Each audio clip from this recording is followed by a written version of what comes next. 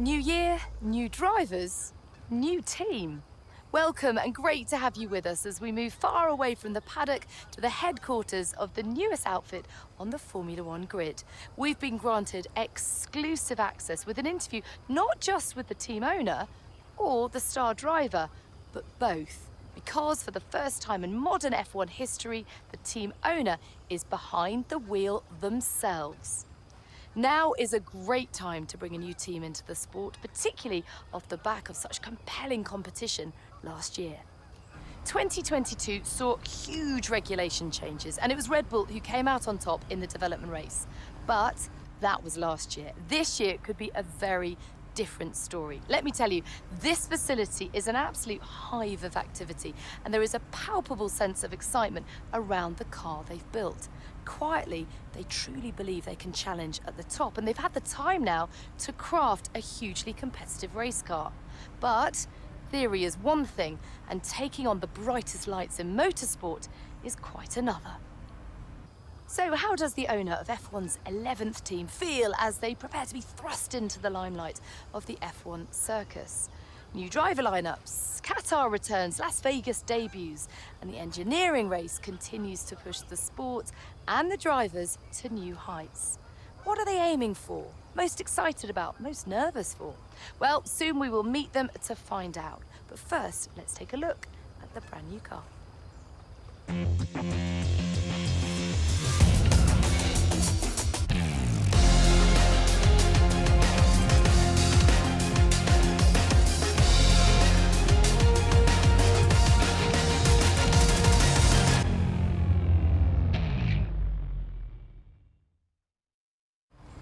Well, hi, thank you so much for having us. Great to be here. I'm going to start with the question that everyone is asking. It's been a long time since we've seen a team owner drive their own car, and a lot's changed since then. The sport has really evolved. So how are you going to manage the responsibility of doing both roles? Thanks, Nat, but I'll take it from here. Ladies and gentlemen, all of your offspring and pets everywhere, welcome, one and all, to my F1 23 My Team career mode.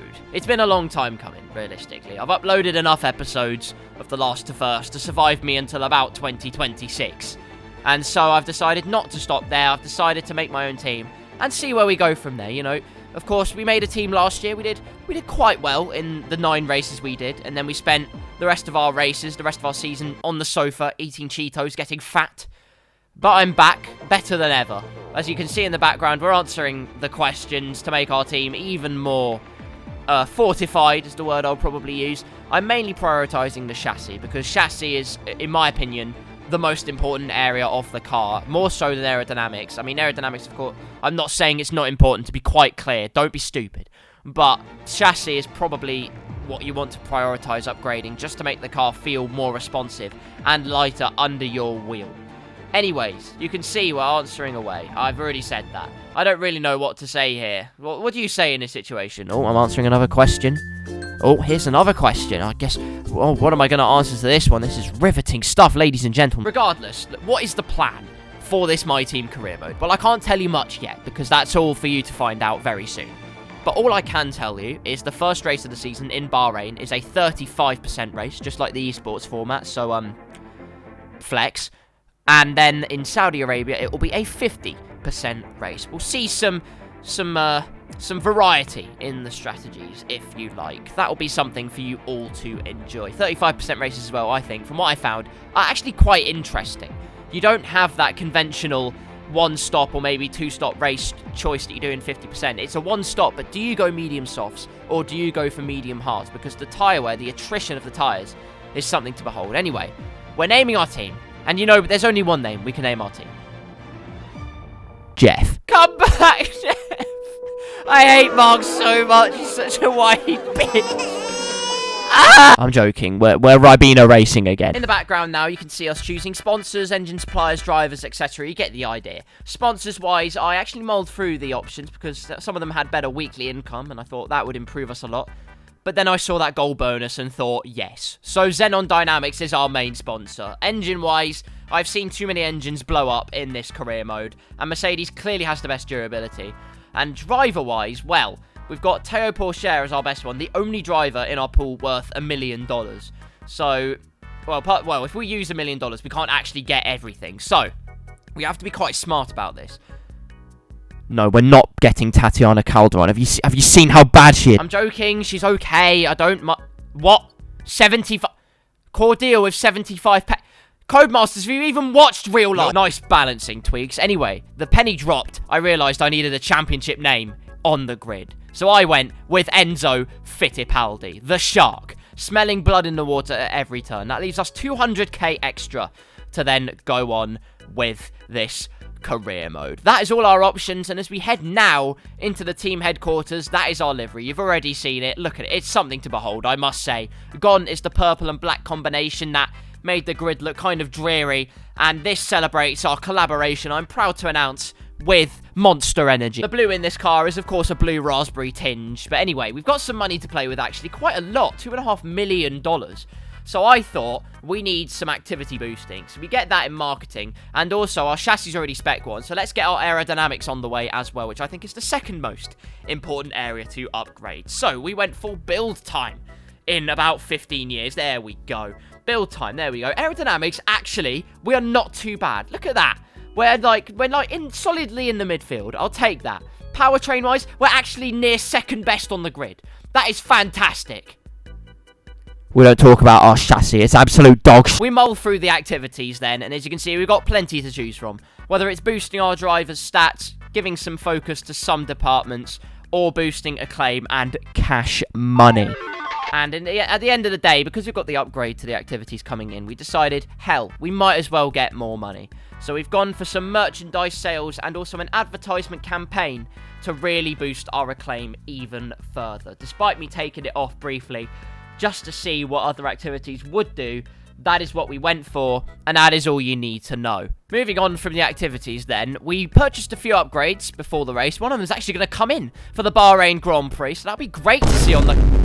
Oh, for God's sake. Look at our workspace for this year. It's absolutely wonderful as Mr. Clean there talks to us at the bottom. However, the guy on the left, it's bad news. We already have a puncture on the front right of our second car before the season has even begun. That's not ideal, but as you can see, look at them working away to try and fix the issues, trying to reinflate the tyres. That must be the balancing tweaks they've done for this year, at least changing the workspace somewhat. However, I think the screens are still exactly the same as they always have been. By the way, I'd like to say our team logo is not childish at all, so you can stop that immediately. And at least our guy on the right has stonks to look at, which is good news. But, ladies and gentlemen, it is time to go into practice and see our racing machine for the very first time. There'll be a lack of rubber out on track, so take it easy for the first couple of laps.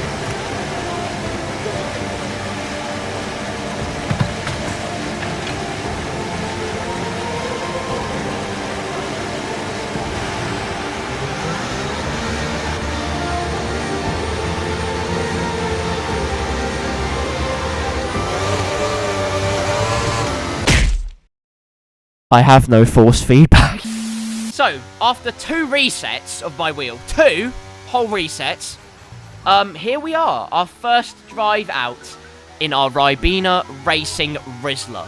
Look at this, and immediately I felt at one with the car. The downforce was absolutely on point, absolutely everything felt good on our first installation, all the gears worked fine, the wings didn't fall off, our wheels didn't combust themselves to Narnia. It was a great showing, and as we go into our first practice program of the day, look at this, 3% on the Riz already. That is how ridiculous the tyre wear is this year. You've got to be so careful with the tyres. You've got to coax them into life and not completely thrash them all in one go, which of course I'm going to ignore. But look at this, through the first few gates, purple, purple, DRS, purple. It's absolutely wonderful as we now tumble down the straight and pinch the car into the apex of turn number 3 or 4, if you count that small right-hander as a corner, which I guess you will.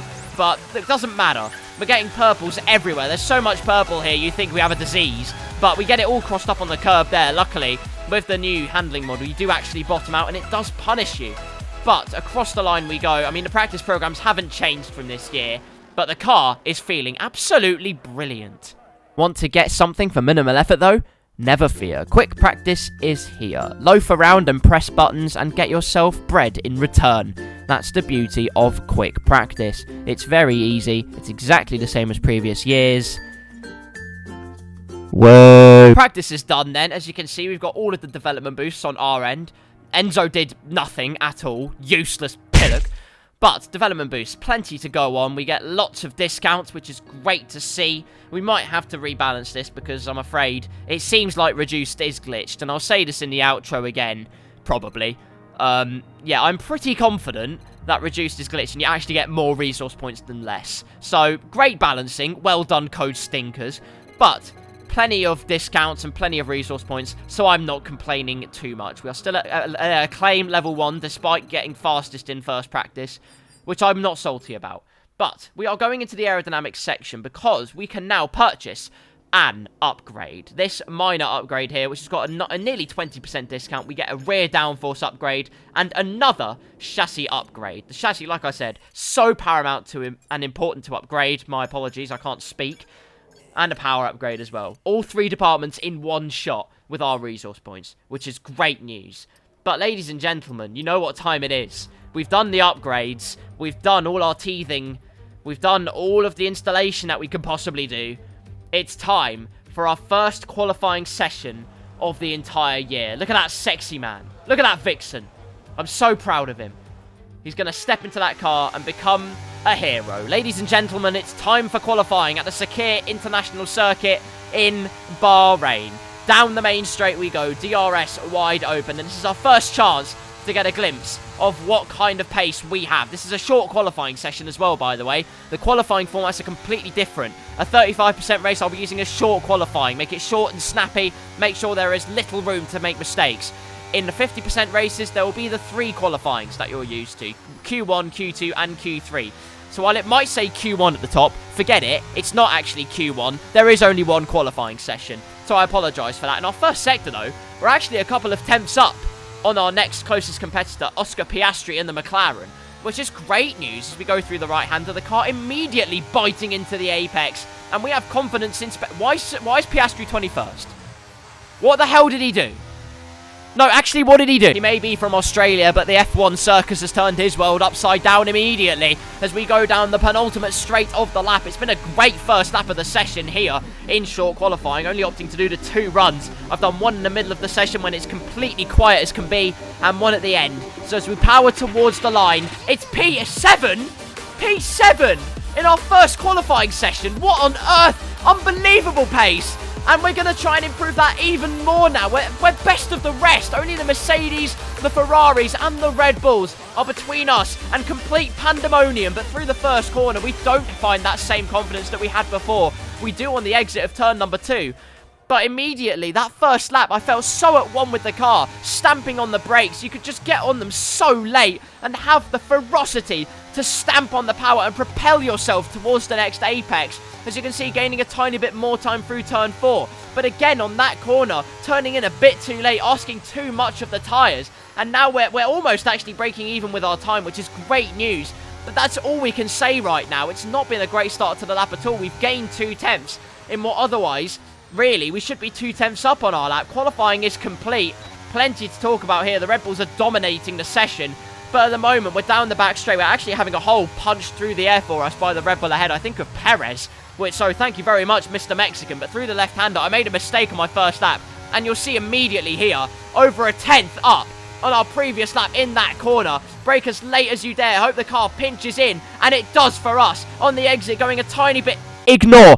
We basically do the greatest corner you've ever seen. Down the penultimate straight. And I'm feeling pretty... Bottas is ahead. Oh, no. That's not good news at all. We're down to 10th now as Norris improves. Verstappen sets the fastest lap. But for us, we are just over half a tenth up on our time. Across the line we go. And it is going to be P9 in our first qualifying session. And you know what? I would be actually quite happy with that, but I'm slightly disappointed. We were P7, and had we not completely ballsed up our second lap in qualifying, we were right in the mix for P7. I apologise if you can hear rumblings in the background. It's not a Category 7 earthquake. It's the fact it's just tanking it down with God's... I should be proud of this, though. It's our first qualifying session of the season as a new team, as the as the fledgling team in Formula 1. Everyone laughed at us, they spat on us in the streets, and we came up, we rose above them, and we said, no, you. P9 for us, unbelievable, almost best of the rest entirely. Of course, Alonso was going to be right up there in the mix. But to be ahead of Alfa Romeo's, both Alpines, Gasly down in 16th. Piastri does improve to 15th in the end, as I thought he would. Enzo, are you serious? 7 tenths down on me. And are you serious? You've been a Formula 2 driver. How are you this bad? Anyways, on our end, a fantastic qualifying session. But points aren't awarded on Saturday. They are, of course, awarded on the Sunday. And that's where it will all count. So, let's move into the first race of the season. Let's see what we've got in store. The 2023 season, shrouded in mystery. So many questions, but soon we will have all the answers. Welcome, one and all, to the 2023 Formula 1 season, starting in Sakhir. The grid lineup, the Red Bulls lock out the front row. Verstappen, the reigning champion, leads his teammate by just over a tenth of a second. The Red Bulls dominating so far. Ferrari's not too far behind, and neither are Mercedes. Fernando Alonso close on their heels with Lando Norris in 8th. Oh, that's sexy vixen. Anyway, Bottas in 10th, Ocon 11th, Stroll in 12th, Magnussen 13th, Guan Yu Zhou in 14th with Piastri and Gasly making up 15th and 16th. Sonoda and then Fittipaldi promoted to 18th place. Hulkenberg and De Vries with Sargent and Albon with a penalty. Not boding well for Williams' reliability or any Mercedes team's reliability for that matter. Well, the polarising qualifying session in many ways. Many of the teams will have been feeling confident going into the season, but none now more so than Ribena Racing. An unbelievable start for them as they are lining up 9th on the grid, courtesy of their main driver, Karl Paranik. Unbelievable qualifying session from him, but can anyone stop the Red Bulls this season? There's only one way to find out. Let's get straight into the race.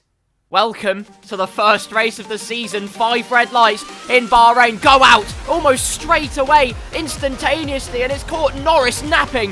Bottas has had a scorcher of a start. He's already at the back of Alonso and Hamilton, but the outside line has a good invitation. We're going to accept that invitation.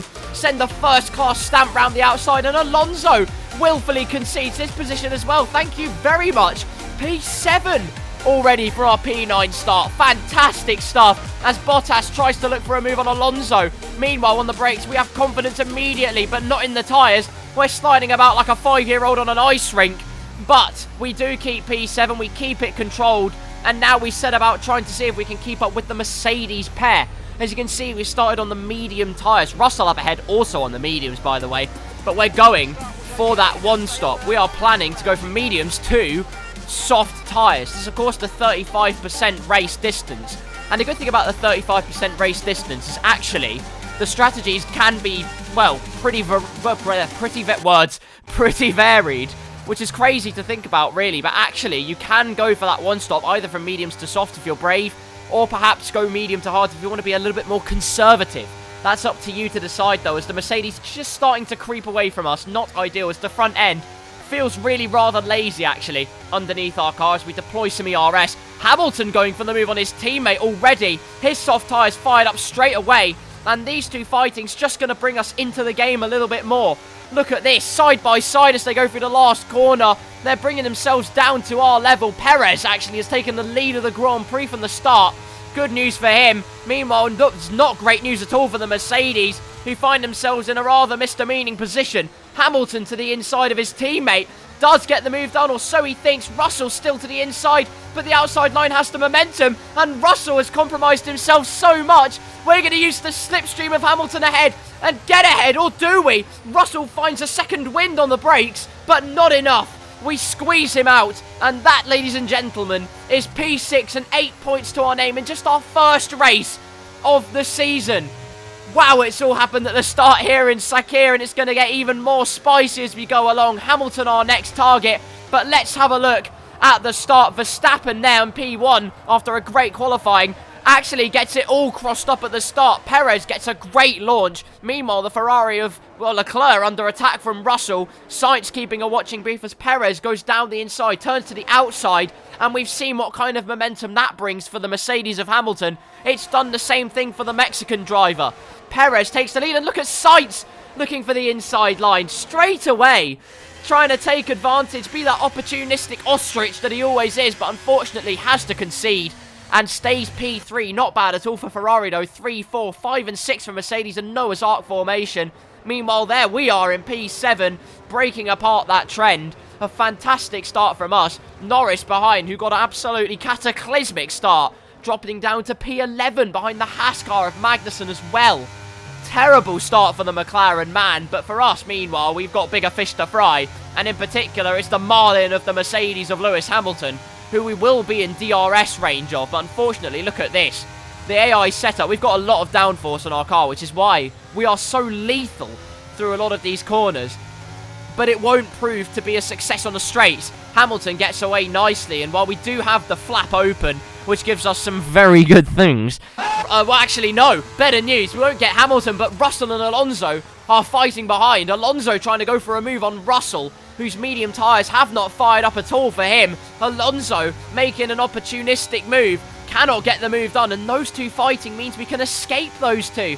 We get a nice cushion of air between us and the next car, and as a result, all we need to focus on is chasing as opposed to defending, and that's exactly where we want to be. Fantastic as we go on to the end of lap number 4. The gap is closer than it's been the last lap, 0.4 of a second, just under that actually, as we get a great run through the last corner. We will open up our flap, suck up the slipstream, and hound Hamilton as we go in towards turn number 1. We're going to try and go for a move. We feint to the inside, but really, there's nothing really doing there, is there? I mean, he always had it covered under control, and it was going to be a senile dive down the inside if we even thought about it. Russell and Alonso still fighting behind us, and they're just dropping themselves back to Bottas instead of getting closer to us. Meanwhile, we are still firmly on the rear of Lewis Hamilton as he gets a little bit of a jiggy slide on out of turn number 3, but nothing doing there. We have to remain in P6 for now. I can clear my throat now. Incredible stuff. I told you this was going to be a bit more laid back. I'm going for a simple one-take affair here in Sakhir. And as we hound the back of Hamilton, as I've said so many times before, look at the confidence we have on the brakes. We could brake even later into there. It just feels so nice to drive this car. And I must say, if there's anything that I would recommend people buy this game for, it's the handling. The handling makes every other aspect of this game so much more fun. Forgetting the balancing tweaks which they've done to my team, which have made it worse. And the balancing in general, which means you can't see your pit box. And many other things besides, like George Russell not having teeth. Luckily, I think they have given him veneers now in the latest update. But the handling is what makes this game just so much fun to drive. You can be consistent, have the confidence to throw the car in, feel the grip underneath. My God! We get the braking all kinds of wrong and almost go to the outside of Hamilton as a result, who broke, in my opinion, super early. But you know what? That's fine. We are closer than we've ever been. We are going to suck up the slipstream and for the first time really have a chance to the outside, behind at the DRS line, but swooping round the outside of Lewis Hamilton. We get the move done. P5 to our name, and we have DRS because we were just a little bit patient, and as a result, we will have double figures worth of points to our name. Just the Ferraris and the Red Bulls to try and get, but as you can see, you didn't think it was going to be easy, did you? You didn't think it would be that simple. Hamilton within 6/10 of us by the end of the lap, the point where I thought the crossover would start happening. He is well and truly on our 6 as we get away from Russell. Hamilton sends one to the inside, but once again, he hasn't learned what we did on the last lap, just holding back. We will keep the position, and we have DRS once again on the Mercedes man. And simple as you like, that is P5 to our name. Great stuff there. And look at this in the corners, actually, as we brake a little bit earlier for the hairpin. But you can see on the exits and in the corners, we're gaining time. 8.5, nearly 9/10 being gained to Hamilton behind. Fantastic news, but it's all put straight in the fire when he gets DRS. And that slipstream and DRS combination is so powerful this year. You have to be so on your toes to make sure that they don't get that advantage, and we are not on our toes. In fact, well, the tyres seemingly giving up as well. I can't even speak currently. It's an episode of F1 all over again on this channel, but Hamilton now just 3/10 behind us. What kind of nitrous did he deploy there? That's ridiculous pace. And now we have all kinds of problems to deal with. He's going to gazump us down the main straight. As you can see, DRS is now, I mean, it's not even a contest. It's not even, Why do I bother? Well, it's not been great as we enter lap number 8, I must say. Russell now only 2.5, nearly 2.4 seconds behind us. Luckily, our cornering is still a lot better. We're getting a twitch on the rear on traction, meanwhile. These tyres are beginning to feel very, very second-hand, which is not good news at all. On to lap number 8, nearly 9. Yellow flag. What's going on? It's a Ferrari that's going out. It's Leclerc! Charles Leclerc is out of the first race of the season! Unbelievable luck, just like real life, where he's had absolutely nothing to show for it. In the first race of the season, he is out of the Bahrain Grand Prix. His car giving up the ghost on lap number 9. Unbelievable stuff. Ferrari can't even make it halfway through a race this season, and it's not even 100% distance. It's 9 laps of a season they've managed without, well, before blowing up, quite frankly.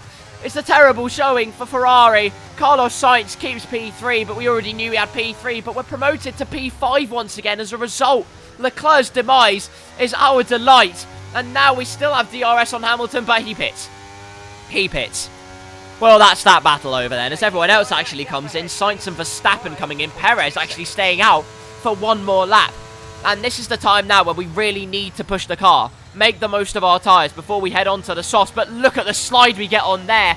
Oh my goodness me, why are we not in WRC with that kind of slide on? What a day. As actually, we're going to look here at Perez. As look at this. We are in the lead of the Bahrain Grand Prix. Things you love to see. Our first race of the season, our first race leading a Grand Prix. But we're not looking at that because realistically, unless there's a massive safety car, we're not going to win. The point is, here comes Perez out of the pit lane. Verstappen, of course, has had a lap's worth of undercut. And still, Sergio Perez is out ahead of his teammate. Verstappen has not been able to capitalise. We know how ferociously quick Max Verstappen is. But even so, even on medium tyres, he's not been able to jump his teammate. Great news for Sergio Perez, as into the pits we come. The gap to... Ignore the gap, it was a second. But despite that, we're going to come into the pits and fit a fresh set of soft tyres that will take us all the way to the end of this race. We are going to press the pit button, purple as you like. Ronaldo's happy. I'm certainly happy. Sainz sets the fastest lap of the Grand Prix. Hamilton then takes that. And what on earth? We had a mistake in the pit lane as well, can I just say? Which I'm not even going to comment on, because that just makes me ferociously angry. But it's terrible news. Alonso's undercut us. Russell has jumped us as a result of our pit crew being inept and completely inbred. Just unbelievable news. I'm going to say that word so many times. Stop me from saying that word. It's shocking news.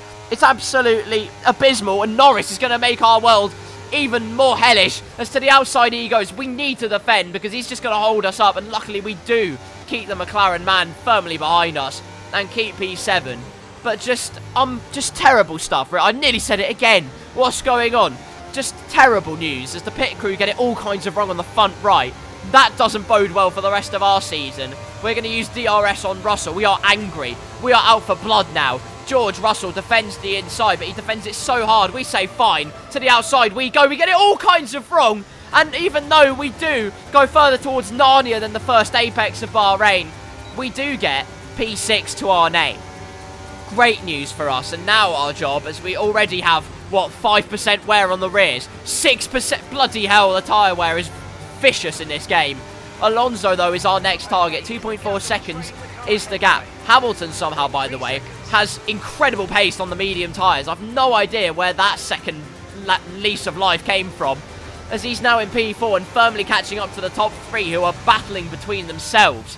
I've no idea how he's found that kind of pace, but on our softs, we are finding all kinds of pace, precision and power. 1.7 seconds. We've cut Alonso's gap through like cake as we are here on lap number 13 into the left-hander. And I tell you, the difference between new tyres on this game and older tyres cannot be overstated.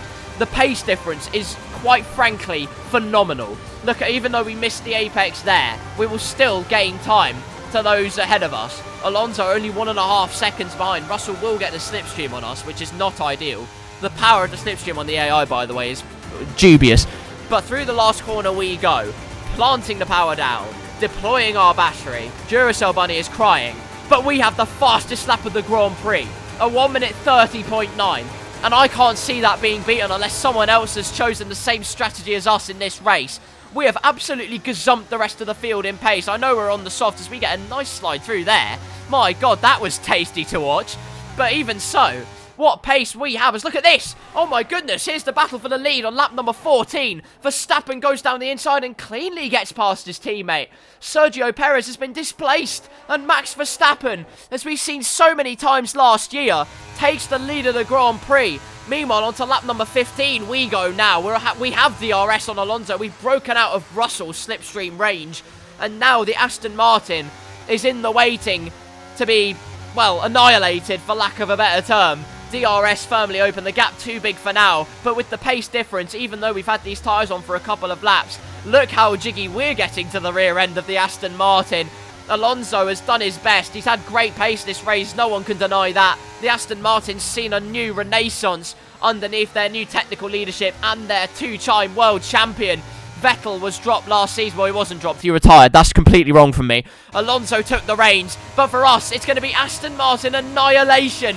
It won't even be close, even though our softs are turning second hand. Alonso tries to get us on the brakes, but down the inside we've gone. And that is P5. And not only that, the fastest lap point still remains with us. 11 points to our name in our first race of the season. And here on lap number 17, things get even more spicy in this race. Perez trying to retake the lead on his teammate. Down the inside he goes, still side by side though. Verstappen will not give this up. You know how ferocious he is, but he will have to. Perez takes the lead of the Grand Prix, but not for long. Verstappen has DRS, and will he get the move done into turn number 3? No, he won't. Perez to the outside. Can he have that ring road round the outside to slingshot against Verstappen? He might do, you know. Sainz is keeping a watching brief. If any of these two makes a mistake, he will snap it up. But no doing there for Carlos, as they do keep their, well, nerves under control. And Carlos Sainz will have to steady himself and stay in P3 for now. But actually, it's worse news. Look at this. Hamilton gazumps Sainz. I've used that word so many times as well, but there's only one word you can use in that situation. Sainz had no chance on Hamilton. And, well, all you can say is, what on earth's happened? And I can tell you what happened. Sainz has a problem with his car. Hamilton, as you can see, well, oh no! Oh goodness me, Russell's taken us. And suddenly his hard tyres sprung into life. The crossover's happened. 2 compounds harder than us. And of course his tyre life's going to be much more resilient. But DRS will be open. And the Mercedes drivers just haven't learnt this race. It's the battle of the Brits in Bahrain, and we will come out on top. DRS will be ours for the next straight, as we've stayed behind at the detection point. We're round the outside of Russell we go. And DRS will be open, but watch this. You think it's going to be easy. Look at the slipstream difference Russell has. I know we've only got DRS. He's probably deployed loads of battery, but we will squeeze him out to the outside to keep our P5. But the difference there was ridiculous. We'll leave him and Alonso to have a squabble amongst themselves. And look at this. The gap over a second. We've given ourselves that cushion on lap number 18. Hamilton takes P3 in this race. A great result for the Mercedes man, that will be, with that zero side pod concept, which I'm sure will be changed very soon. But onto lap number 19, look at this. The gap is only 3.8, nearly 3.7 seconds. It's coming down all the time. Oh my goodness. Ladies and gentlemen, I have never been this optimistic before. In our first race of the season as Ribena Racing, do you think we could do this? We could get Sainz, and when there's a chance, there's always a chance. Fastest lap of the race. I know our softs are pretty second-hand. I'm surprised I haven't contracted a disease with how many hands they've been passed down. But we might have a chance on overtaking Sainz and claiming P4 in our first race. No, I mean, it was close. It was really close. It's only 1.7 seconds, the gap between us and the prancing horse, which is, well, got mould in its leg, quite frankly. That's how bad it's been performing these past couple of laps. But even so, there was no doing. We couldn't get anywhere near, and we just pushed the car too wide there. That's how hard we're pushing it. And there have been so many duels in the desert. Think of Hamilton and Rosberg in 2014. The day race turned night, and keeping their cool in the desert is Sergio Perez, who claims the first race of the season and his first win of the season. He outdoes his teammate, but for us, P5 and fastest lap in our first outing as a team, our first race. where surely there would have been teething problems, but we beat a Mercedes and an Aston Martin, even a Ferrari. Lewis Hamilton will claim driver of the day, but we will get all the plaudits after a perler of a performance. Smiling faces on the pit wall then after that superb win here at Sakir, and rightly so. A brilliant effort from the whole team. Anthony Davidson, how do you think they were able to set themselves apart today? Well, they certainly stood out as a driver with tons of confidence on the track. I think their ability to keep their cool, even during some of the more hectic parts of the race, meant they were able to capitalise on the mistakes of other drivers, giving them the opportunity to make their way to the top spot with ease. The drivers are en route to the podium as we speak. What a fantastic win for the Red Bull team. They've performed exceptionally today, keeping us firmly on the edge of our seats throughout the entirety of the race. Congratulations to everyone at the team. It's just like real life, really, isn't it? A Red Bull 1-2, which makes me want to die. But Perez wins the first race of the season. Something we didn't expect, certainly. I thought Max Verstappen surely would have had it. A pole and lights the flag win. But no, it's his neon boots teammate who's shining brighter than the rest today. Hamilton will claim a P3, which didn't look likely at first, but his pace on the mediums was great. And Ferrari falling by the wayside has helped him out. They drink sweet nothings, and I mean, look at this. All you have to say for us is we absolutely performed out of our skin. Hamilton may have got driver of the day, but we should have definitely been within a shout. P5 and fastest lap to our name in our first race of the season is an incredible effort. There's no other word for it. We beat George Russell and Fernando Alonso in our first race. We show the rest of the field what we have to offer. We don't talk about our teammate who finished, well, closer to Abu Dhabi.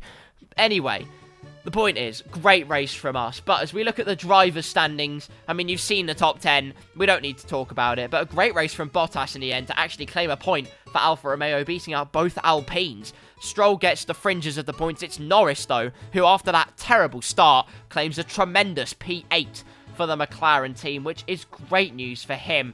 This is just the start, though. This is just the beginning of something very, very big in this season. In the Constructors, of course, it's Red Bull that lead after a 1-2. Mercedes will claim P2 in the Constructors, but look at us. P4 in the Constructors and only 1 point behind Ferrari. Of course, that's because Leclerc didn't finish the race. But also, a great effort from us to be up there and putting ourselves in the position to be within the fight anyway. It would have been P6 if Leclerc had stayed in the race. I have no doubt about that. But what a result from us. Aston Martin, though, are not too far behind, and you know other teams will upgrade in this season, so don't count them out at all. Well, what a way to start the My Team journey, and as we go to the acclaim screen, not only do we get level 2 on driver acclaim, but our team boosts all the way up to level 4 in acclaim in just one race. After that P5 result, it's all we could expect. We also get a juicy 75k to spend on extracurricular activities. And I'll leave it at that. Well, I think that'll be it for the first episode of... Oh, for God's sake. Right, what do marketing want then? Ask the drivers... Sorry, I'm too busy at the moment. Damn right, I don't talk to the peasantry. I'm joking. We'll appease the fans. As long as they don't take the piss on Twitter, which... Well, Twitter will be dead soon anyway, so it's fine. Anyway, look, the point is, this actually just gives you freight train loads of acclaim. So really, it's good that you do these when these marketing events pop up, because it's a great way to boost your team level very, very quickly indeed. I think I've also found, by the way, reduced settings for some reason are completely glitched. They actually give you more resource points. I have to test this, but I'm pretty certain they give you more resource points currently than they do less. So that's great. Just means that we improve faster. But anyway, that aside, glitches aside, what a result from us, and what a first race for our team in this career mode. And I think that will wrap up what was a very convincing first outing in the desert of Bahrain. If you did enjoy, please leave a like and subscribe to the channel if you haven't already to see much more My Team content. There will be plenty of format changes along the way, and trust me, you do not want to miss those because I've got some creativity in the pipeline. But until that next episode where we go to Jeddah, the chaos in Saudi Arabia, I thank you once again for watching, and until next time, I will see you soon.